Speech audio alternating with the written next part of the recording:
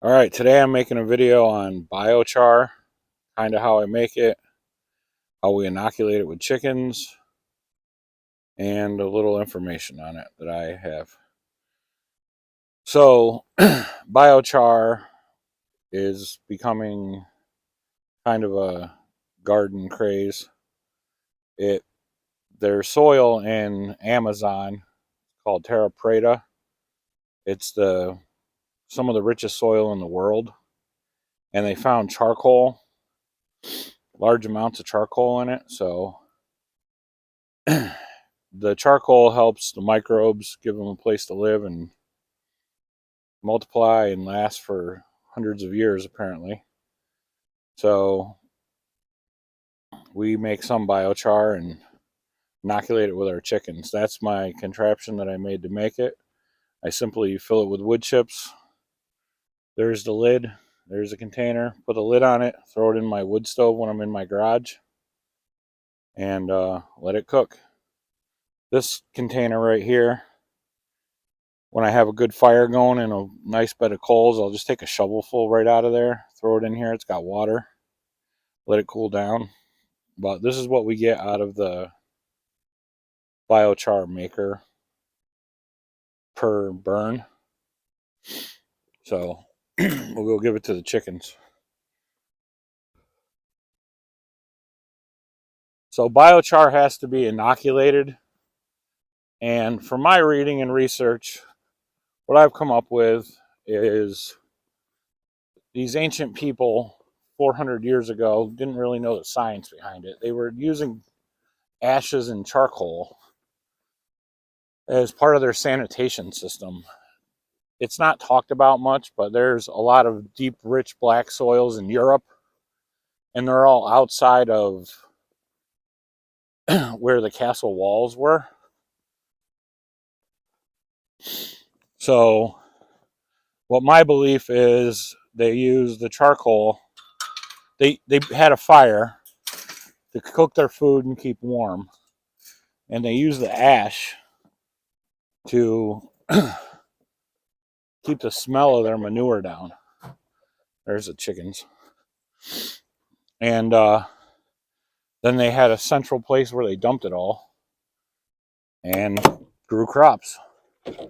Kind of disgusting in our day and age, but chicken doors open. So I simply take it and dump it in here. There's some snow in it. I always put some snow in it. Make sure that it's cool, because it'll hold its heat for a lot longer. Even feeling it, had it ignite putting it outside.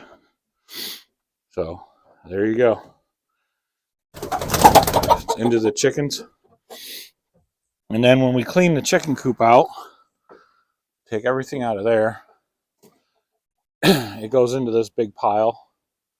I put a pile in here every spring and fall, sometimes during the summer too, of wood chips, old hay, and I feed the chickens garden scraps in it too.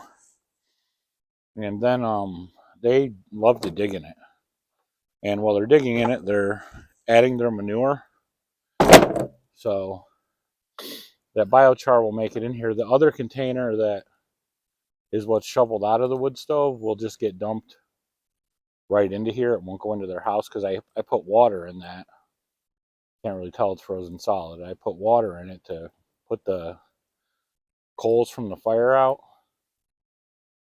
So then it goes into the compost. The compost will come out of here. This pile will come out of here this spring, be flipped. We'll get it hot to kill any pathogens. Flip it, turn it, flip it, turn it. The target temperature is 131 5 times within, I believe it's 15 days.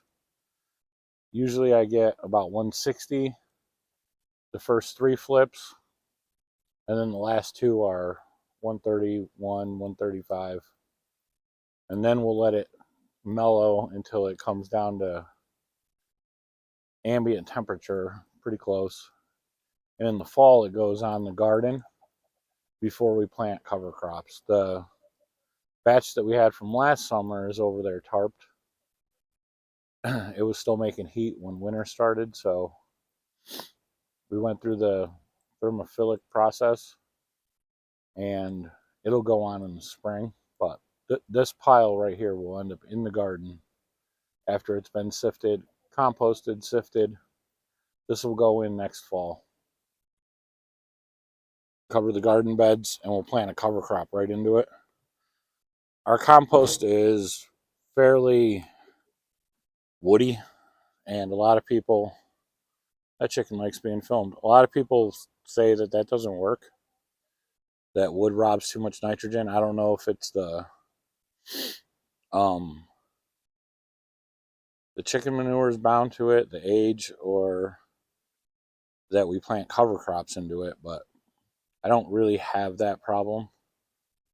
So there's that. And biochar, like, so many people talk about, oh, it needs to be from hardwoods, it needs to be from this material, that material. I don't truly believe the material matters as long as it's cooked to coal, to charcoal. So I don't think any of the properties of the parent material matter as much. That's just my opinion. I'm not a scientist, but I think we put way too much emphasis on things that really don't matter. I guess there's probably a lot of money in that. But the chickens, they will dig in that. And as they're digging, they shred it up more. Like you can see the bits of hay. That hay was picked up out of the pasture where the cows are. Had some manure in it. Chickens, I don't know. They seem to really enjoy breaking up cow manure. I guess it goes back to their natural ways of birds always being on the backs of water buffaloes. So, if it wasn't for the severe hawk presence, I would have chickens with those cows down there in that field, but can't really protect them. We lose a few in here, but the tree line on all sides, the hawks don't like they don't like flying into tight areas like that as much. And the other thing that I've noticed, and I read this somewhere, is we have a lot of black Australoops. They never get picked off by a hawk. So I think in the future, for our situation, we will have all black chickens. Unfortunate, because I do like all the different colors, but I've lost 6 birds in the last year, and none of them were the black ones. So there's that. We also do feed scratch on top of this pile to give them reasons to want to be there digging, but I don't think that we necessarily have to. They don't like piles. They just want to dig them right down to flat. It's been frozen, so they haven't shredded this as quickly as they would in the summer. But they'll shred it, I'll repile it. They'll shred it, I'll repile it, over and over for approximately 6 months in here. All our table scraps in the summer, vegetable waste goes in here. They pick through what they want, the rest compost, and we end up with a fairly decent soil amendment.